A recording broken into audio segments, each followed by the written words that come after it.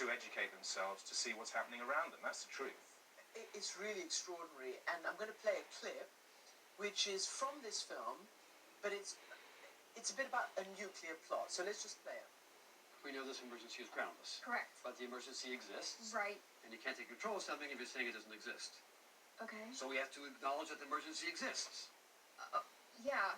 Well, no, sorry. If we say, yes, it exists, isn't that the same as declaring a nuclear emergency ourselves? Technically, yourself, but yeah.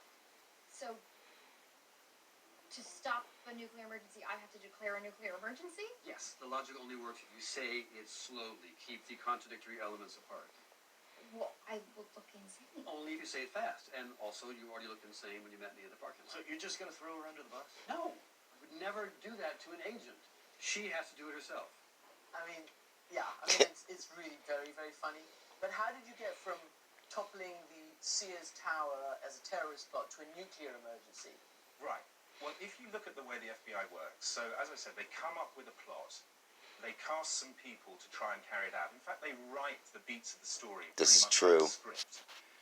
If you empower some people to come up with an idea against the government, and they suddenly take their own initiative, then you're in trouble if you've given them any kind of tools to carry out the job.